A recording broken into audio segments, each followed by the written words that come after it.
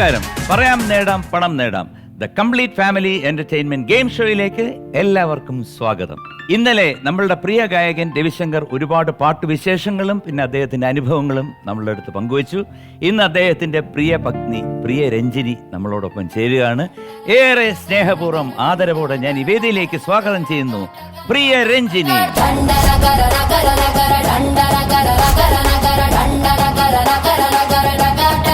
നമസ്കാരം. സുഖമായിരിക്കുന്നു? എനിക്ക് തോന്നുന്നു ഒരുപക്ഷെ പ്രിയ രഞ്ജിനി ആദ്യമായിട്ടാണ് ഒരു പ്രോപ്പർ ഷോയിൽ വന്നിട്ട് പങ്കെടുക്കുന്നത്. ഒരുപാട് ഇന്റർവ്യൂ ഒക്കെ നടത്തിയിട്ടാണ് അല്ലേ? എന്ത് ചെയ്യുന്നു ആക്ച്വലി? ഞാൻ ബാങ്കിൽ വർക്ക് ചെയ്യാണ്. ബാങ്കിലാ? ഏത് പൊസിഷനാണ് ഇപ്പോഴും? ഞാനിപ്പോ യൂണിയൻ ബാങ്കിന്റെ ലീഗൽ മാനേജറാണ്. എനിക്ക് വയ്യ.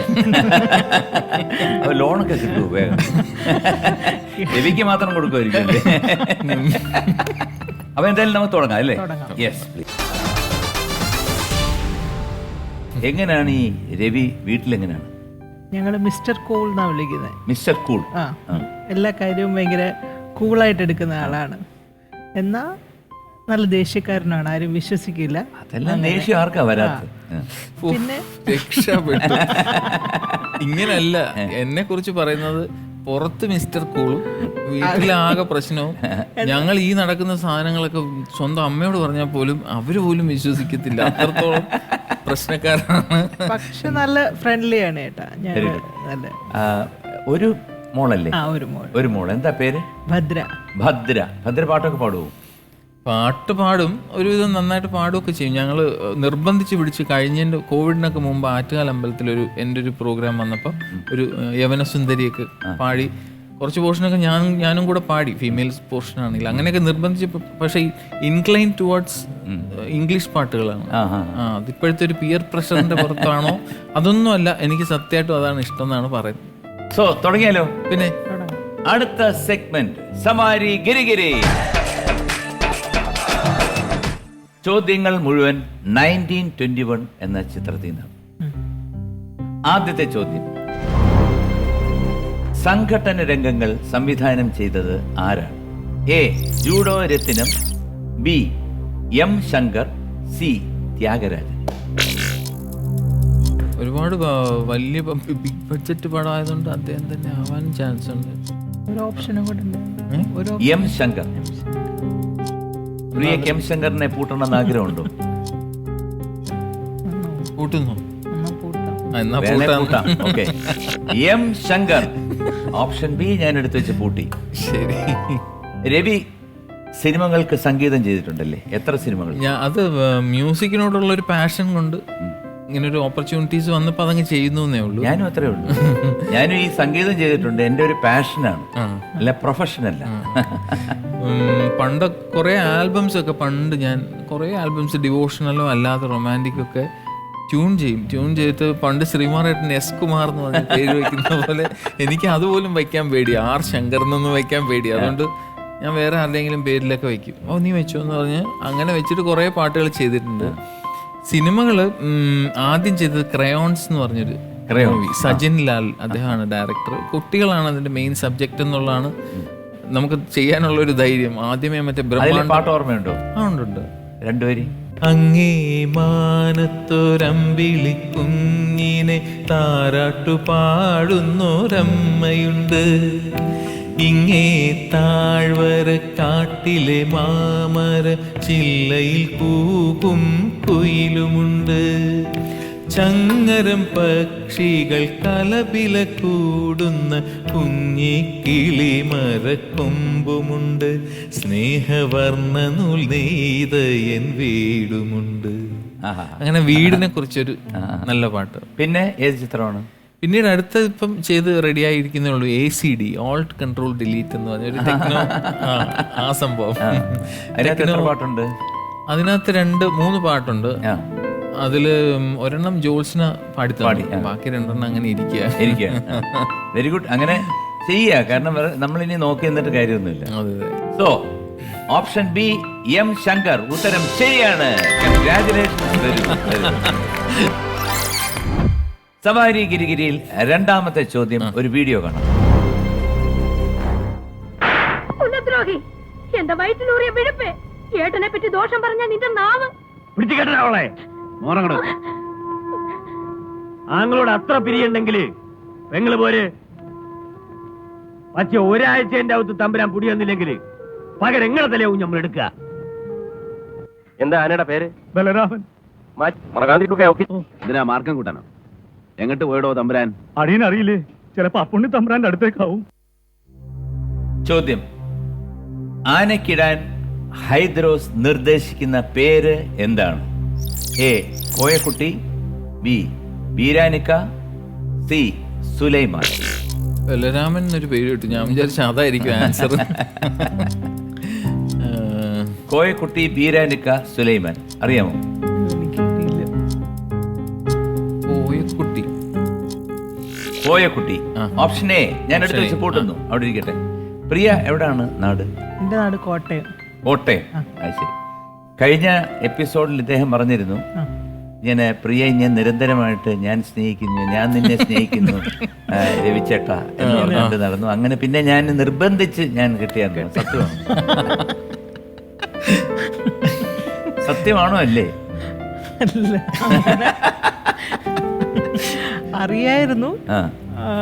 അങ്ങനെ എന്താ പറയണ്ടേ, പ്രേമിച്ച് നടന്നിട്ടോ അങ്ങനെയൊന്നുമില്ല. ഒന്നുമില്ല. ഇതേ സാധനം ഇന്നലെ മുതൽ പറയാ. ശ്രീകുമാർ ചേട്ടൻ ഒത്തിരി പേരോട് ഇങ്ങനെ ഒത്തിരി നമ്മൾ ഉദ്ദേശിക്കാത്ത ചോദിക്കും. പിന്നെ ഏറ്റവും ഫേമസ് ആണ് പ്രിയയുടെ മീൻ കറി. പ്രിയയുടെ വീട്ടില് മീൻ കറി എന്നുള്ളത്, മീനിന്റെ വിഭവം എല്ലാതും എന്ത് വിശേഷപ്പെട്ട, അതായത് ഇപ്പം ഓണം, തിരുവോണം, പിറന്നാൾ അങ്ങനത്തെ ഇതൊക്കെ എക്സ്ക്യൂസ് ചെയ്യാം. അല്ലാതെ ഇപ്പോൾ ഒരു ഗസ്റ്റ് വരുന്നു, അപ്പോൾ ആദ്യം നമ്മൾ ആലോചിക്കുന്നത് അവിടെ മീൻ കറിയാണ്. നല്ല മീൻ എന്ത് കിട്ടും ഉടനെ ആലോചിക്കും. വിളിച്ചാൽ വെളിപ്പുറത്ത് മീനും ഉണ്ട്. കോട്ടയല്ലേ സ്ഥലം? എന്ത് കരിമീനാണ്, അതായത് അതിന്റെ തന്നെ പല വെറൈറ്റി ഒക്കെ കിട്ടും. സ്വന്തമായിട്ട് വെക്കുമോ അതോ കടയിൽ നിന്ന് വാങ്ങിക്കുന്ന? ഇല്ല, കടയിൽ നിന്ന് വാങ്ങിക്കുന്ന പരിപാടി ഒന്നും ഇപ്പോഴും അവിടെ ഇല്ല.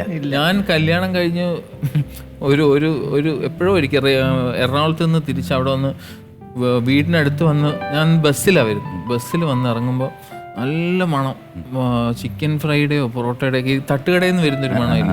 അപ്പോൾ എനിക്കത് റെസിസ്റ്റ് ചെയ്യാൻ പറ്റില്ല. ഞാൻ അവിടുത്തെ വീടിനടുത്തായിപ്പോയി. പക്ഷെ അവിടെ ഇരുന്ന് അന്ന് 30 രൂപ എങ്ങാണ്ടേ ആയുള്ളൂ. എല്ലാം കൂടെ കഴിച്ച് വീട്ടിൽ ചെന്ന് വിവരം പറഞ്ഞതും അവിടെ വളരെ പ്രശ്നമായി. ഇവിടെ വീട്ടിലാരും ഒന്നും തരത്തില്ലെന്നല്ലേ വിചാരിക്കും. ഇവിടെ നല്ല മീൻകറിയൊക്കെ ഇരിക്കുമ്പോഴാണോ ഈ ചിക്കനൊക്കെ പോയി കഴിക്കുന്നത്. അപ്പൊ എന്തായാലും മീൻ കറി വളരെ ഫേമസ് ആണ്. നിങ്ങളുടെ ആദ്യ വിമാനയാത്ര എങ്ങനെയായിരുന്നു? ആദ്യ വിമാനയാത്ര പ്രിയയുടെ ചേട്ടൻ ദുബായിലാണ്.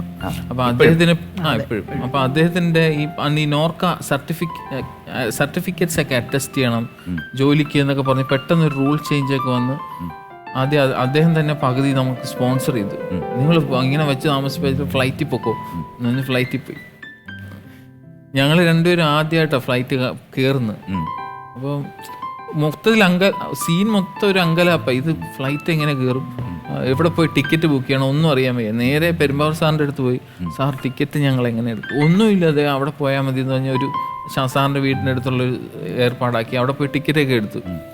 അപ്പോഴും കുറച്ച് പേർക്ക് ഈ മുഖപരിചയമൊക്കെ ഉള്ളതുകൊണ്ട് എനിക്കൊരു അൺനെസസറിലി ഒരു ഈഗോ ഉണ്ട്. ഞാൻ അങ്ങനെ പറയാൻ പാടില്ലല്ലോ എന്നൊക്കെ പറഞ്ഞിട്ട് എയർപോർട്ടിൽ ചെന്ന ഉടനെ എന്താണ് അതിൻ്റെ പേര്, ബോർഡിംഗ് പാസ്സൊക്കെ എടുക്കുന്ന സ്ഥലത്ത് പറഞ്ഞൊരു സൈഡ് സീറ്റൊക്കെ ഒപ്പിച്ച് കയറി. അതുവരെയൊക്കെ എല്ലാം ഓക്കെയാണ്. ഫ്ലൈറ്റ് കയറി ഇനി എന്തെങ്കിലും സീറ്റ് ബെൽറ്റ് ഇട്ടിട്ട് മിണ്ടായിരുന്നാൽ മതി എന്നുള്ളത് അറിയത്തില്ല. അപ്പോൾ അവിടെ ചെന്ന് ഞാൻ കയറുന്ന വാക്കിന് ഫ്രണ്ടിലോട്ട് തള്ളി വിട്ടിട്ട് ഞാൻ സൈഡിൽ നിന്ന് എയർ ഹോസ്റ്റസിനോട് പറഞ്ഞു, ഞാൻ കുട്ടി ആദ്യമായിട്ട് പോവാ, എല്ലാം ഒന്ന് പറഞ്ഞു കൊടുക്കണമെന്ന്. അപ്പോൾ അവർ ഓടി വന്ന് എല്ലാം പറഞ്ഞു, അവിടെ ഇരിക്കും, അങ്ങനെ ഇടും ഇങ്ങനെ ഇടുന്നു. അപ്പോൾ ഞാനിത് എൻ്റെ 40,000-ാമത്തെ യാത്രയാന്ന് വെച്ചിട്ട് ഇങ്ങനെ സ്റ്റൈലിൽ ഇരുന്ന് ഇതെല്ലാം കോപ്പി ചെയ്ത് ഞാൻ ആ സീൻ രക്ഷപ്പെട്ടു. അതൊരു ഞാൻ വിചാരിക്കും ജിതിവരെന്താ പതിവില്ല, ഭയങ്കര ഒരു കൊച്ചു കുഞ്ഞിനെ കൊണ്ടുപോകുന്ന പോലെ ഇവിടെ ഇരിക്കും അവിടെ ഇരിക്കും, വെള്ളം വേണോ ഒന്നും വേണ്ട. സോ എ കോയക്കുട്ടി ഉത്തരം ശരിയാണ്. കൺഗ്രാറ്റുലേഷൻസ്. അതാണല്ലോ ഇതിന്റെ ഒരു അത്.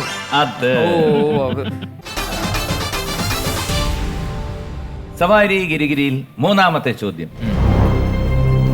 ആരെ തിരഞ്ഞാണ് ഖാദറും സംഘവും Radha തമ്പുരാട്ടിയുടെ വീട്ടിലെത്തുന്നത്? A Appunni Nair, B Thampuran, C മദാമ്മ.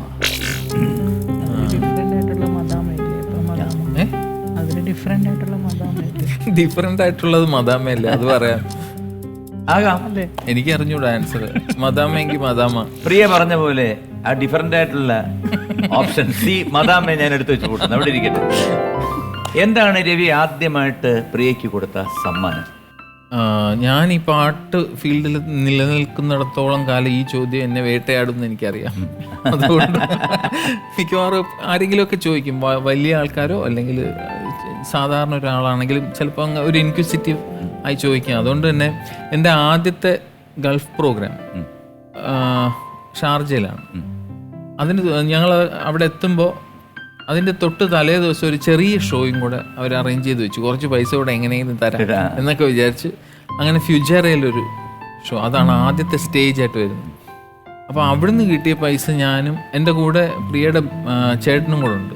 അപ്പോൾ ഞങ്ങൾ ആ പൈസ അതേപടി സൂക്ഷിച്ചു വെച്ച് എന്താ നാട്ടിലേക്ക് വാങ്ങിക്കുന്നതെന്നൊക്കെ ചോദിച്ചു. ഒരു കാര്യം ചെയ്യാമെന്ന് പറഞ്ഞിട്ട് അവിടുത്തെ ഒരു ജുവല്ലറി പോയി ഈ പൈസയ്ക്ക് കിട്ടുന്ന ഒരു മാല മേടിച്ചു. ആ മാലയാലാണ് ഈ ചോദ്യത്തിന് ഇന്നേ വരെ ഞാൻ ഉത്തരം പറഞ്ഞ് രക്ഷപ്പെട്ടുകൊണ്ടിരിക്കുന്നത്. അതാണ് ആദ്യത്തെ സമ്മാനം. അങ്ങനെ ഒരു അണ്ടർലൈൻ ചെയ്ത് പറഞ്ഞു കഴിഞ്ഞാൽ അത് വേറെ എന്തോ ഉണ്ടല്ലോ. ആ ചോദ്യത്തിനാണ് ഞാൻ ഇന്നേ വരെ രക്ഷപ്പെട്ടുകൊണ്ടിരിക്കുന്നത് പറഞ്ഞു കഴിഞ്ഞാൽ അതിന് മുമ്പ് എന്തോ കൊടുത്തിട്ടുണ്ടല്ലോ. ഇല്ലെന്നുണ്ടെങ്കിൽ പിന്നെ അങ്ങനെ പറയണ്ടായിരുന്നു. ഞാനൊരു മാല വാങ്ങിച്ചു കൊടുത്തു എന്ന് പറഞ്ഞാൽ പോരെ. ഞാൻ ചോദിക്കുന്ന പ്രിയക്ക് അറിയാം, എന്നാലും പറയത്തില്ല. എന്താണ് ആദ്യം നൽകിയ സമ്മാനം? അവ പറഞ്ഞു ഫ്യൂച്ചറയിൽ പോയി ഞാൻ ഇങ്ങനെ കിട്ടിയ പൈസക്ക് ഒരു മാല വാങ്ങിച്ചു, അത് കൊടുത്തു. അതാണ് ഞാൻ പറഞ്ഞ് രക്ഷപ്പെടുന്ന ഒരു കാര്യം എന്ന് പറഞ്ഞത്. അതാണ് എങ്ങനെയാണ് അതിൽ രക്ഷപ്പെടുന്നത്. വേറെ വല്ല ചെറിയ മുട്ടായിയൊക്കെ എന്തായാലും ഒരു സമ്മാനം എന്ന് പറഞ്ഞത് ഒരു പരിഹാരമായിട്ട് മനോഹരമായിട്ടുള്ള ഒരു ഗാനം പ്രിയക്ക് വേണ്ടി. ഇഷ്ടപ്പെട്ട പാട്ടുകൾ ഇങ്ങനെ മാറി മാറി ഇടയ്ക്കൊക്കെ അതും ഇതൊക്കെ മാറി മാറി പറയാറുണ്ട്. പക്ഷെ ചേട്ടൻ്റെ ഏറ്റവും ഇഷ്ടപ്പെട്ട ഒരു പാട്ട്, റെഗുലർലി ഒരുപാട് തവണ പറയുന്നൊരു പാട്ടാണ് പുതുമഴയായി പൊഴിയും. അതിപ്പോൾ ഞാൻ ചേട്ടൻ്റെ മുമ്പിൽ പാടുക എന്നുള്ളത് ഒരു പാടിയേ പറ്റും.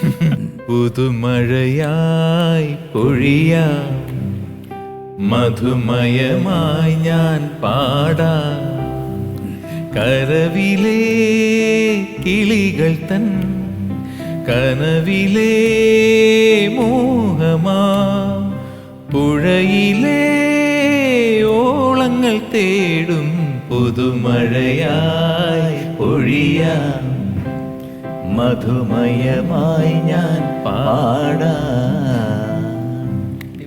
അതൊരു ഭയങ്കര സന്തോഷമുള്ള കാര്യം. സോ ഉത്തരം നൽകിയിരിക്കുന്നത് പറഞ്ഞ പോലെ ഡിഫറെന്റ് ആയിട്ടുള്ള ഒരു ഓപ്ഷൻ സി മദാമ. പക്ഷെ വളരെ ഡിഫറെന്റ് ആണ് ആൻസർ. തെറ്റിപ്പോയി.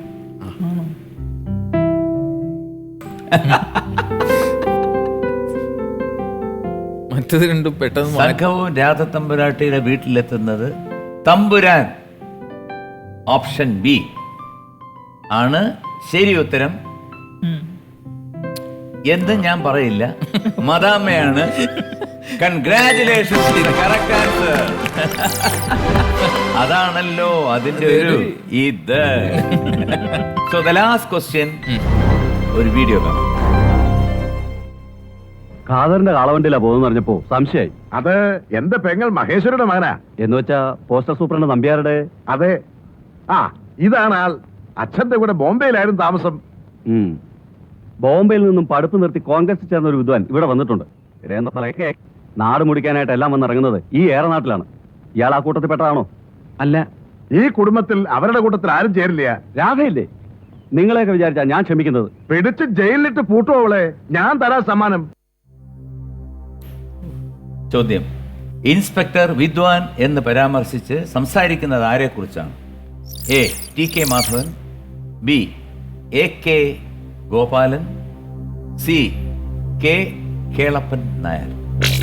നേരത്തെ പറഞ്ഞ അതേ ഫോർമുലയാണെങ്കിൽ ഞാൻ പറയാം.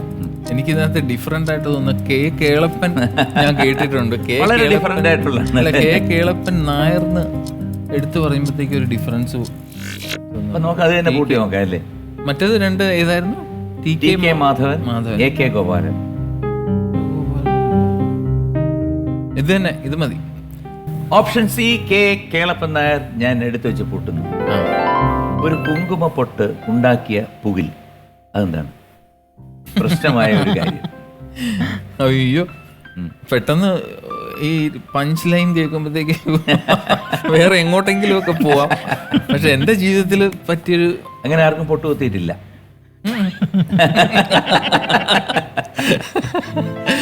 എനിക്ക് എപ്പോഴും എൻ്റെ മുഖത്ത് പണ്ട് മുതലേ ഉണ്ട്. ഞാൻ അങ്ങനെ പ്രസാദം തൊട്ട് വീട്ടിൽ നിന്ന് ഇറങ്ങുന്ന ഒരു ശീലം. ചിലപ്പോൾ ഭസ്മമായിരിക്കാം, അതങ്ങനെ ഒരു ശീലത്തിലോ അങ്ങനെ ഒരു കുടുംബാന്തരീക്ഷമാണ്.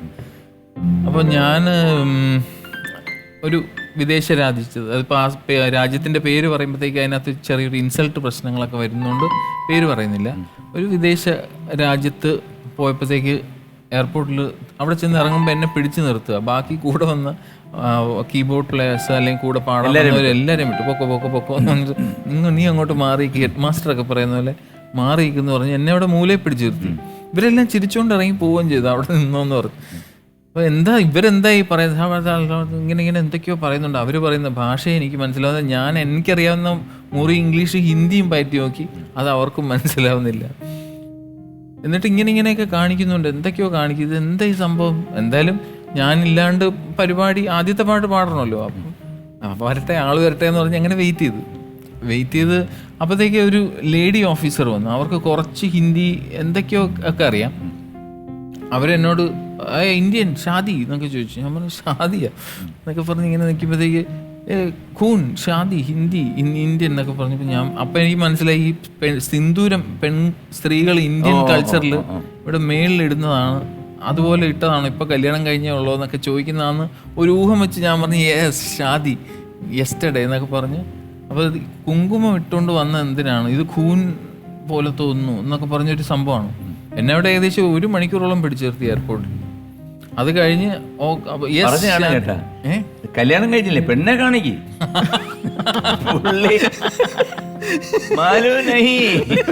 പെണ്ണെ കാണിക്ക് മുഞ്ചേ മാലു. അങ്ങനെ ഒരു ഈ വെറുതെ പറഞ്ഞു നോക്കിയത് യെസ്റ്റർഡേ എന്നൊക്കെ പറഞ്ഞത് ഗുഡ് ബ്യൂട്ടിഫുൾ ഹാൻസം ഒന്നും അല്ല, ബ്യൂട്ടിഫുൾ ഗോ അവേ പെണ്ണാണെന്നല്ല വിചാരിച്ചാണോ? സോ സി കേളപ്പൻ നായർ ഉത്തരം ശരിയാണ്. Congratulations, very good. നമ്മൾ അവസാനത്തെ സെഗ്മെന്റിലോട്ട് കയറുകയാണ്. രാജമാണിക്യം. ഒരു ചോദ്യം, നോ ഓപ്ഷൻസ്, 10 സെക്കൻഡ്സ്. ഓക്കെ. ചോദ്യം, ഏത് ലഹളയെ പ്രമേയമാക്കിയുള്ള സിനിമയാണ് 1921? Your time starts now. Mappila ലഹള. 1921 മാപ്പിള കലാപം. ഉത്തരം തെറ്റിപ്പോയി. ഏത് ലഹളയെ പ്രമേയമാക്കിയുള്ള? 1921 മാപ്പിള കലാപം അല്ല ലഹള അല്ലേ? അയ്യോ, എന്റെ അറിവിൽ അത്രേ ഉള്ളൂ, വേറെ ലഹളയോട്ട് അറിയത്തില്ല. അറിവ് ശരിയാണ്, അങ്ങനെയും പറയാം. ഉത്തരം ശരിയാണ്. കൺഗ്രാജുലേഷൻസ്, 20,000 രൂപ സമ്മാനമായി ലഭിച്ചിരിക്കുന്നു. മാപ്പിള ലഹള എന്ന് പറഞ്ഞാലും മലബാർ ലഹള എന്ന് പറഞ്ഞാലും ആ ഒരു പദം നിങ്ങളുടെ നിന്ന് കിട്ടുമോ എന്ന് നോക്കി അത്രേ ഉള്ളൂ. എന്തായാലും ഒരു ചെറിയൊരു പരിഭ്രാന്തി ഉണ്ടാക്കി, അതായിരുന്നു ഞങ്ങളുടെ സന്തോഷം. ഒരൊറ്റ ചോദ്യം, ആരാണ് പുലി? രവിയാണോ പ്രിയയാണോ? ആരെല്ലാം കൈപ്പൊക്കിയാ മതിയോ? ഞാനല്ലേ. അങ്ങനെയാണെന്നുണ്ടെങ്കിൽ പ്രിയ ഒരു പുലിയാണ്.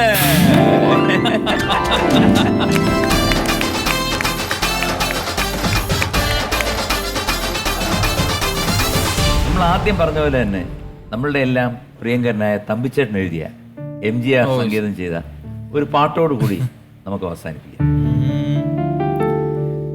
നിഴലും നിലാവും ഉണർന്നു മയങ്ങുന്ന നിശയുടെ നീല നികുഞ്ചത്തിൽ,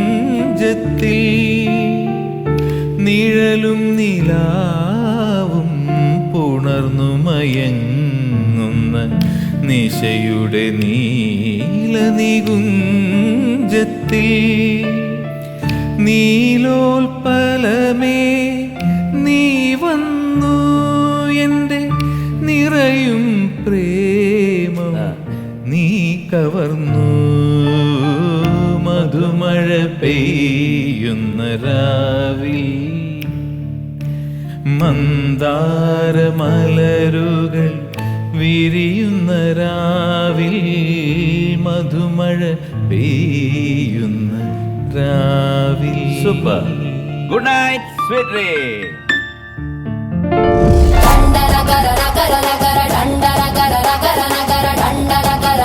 പിന്നെ എനിക്ക് മതിച്ചെന്റെ തോളിൽ ഇങ്ങനെ കൈവച്ച് എനിക്ക് എന്റെ ബാലനുണ്ടല്ലോ എന്ന് പറയണം. ഇത്രയും ഡിസ്റ്റൻസിൽ കൈവയ്ക്കും, എനിക്ക് എന്റെ ബാലനുണ്ടല്ലോ എന്ന് പറയും. അദ്ദേഹം അതെല്ലാം കഴിഞ്ഞ് ഇത്തിരി കഴിച്ചു കഴിഞ്ഞിട്ട് അവളാണ് പെണ്ണ്, കരിമ്പ് പോലെ കതിര് പോലെ എന്നൊക്കെ പറഞ്ഞിട്ട് അപ്പൊ അവിടെ വന്ന് എൻ്റെ അടുത്ത് ഇവിടത്തേക്ക് ഞാൻ അടിക്കണം. ഞാൻ അയ്യോ അങ്ങനെ മതിച്ചിട്ട് ആ നീരെ അടിച്ചോളൂ, ഞാൻ കൈ വെച്ചോളാം തടുത്തോളാം എന്നൊക്കെ പറഞ്ഞു.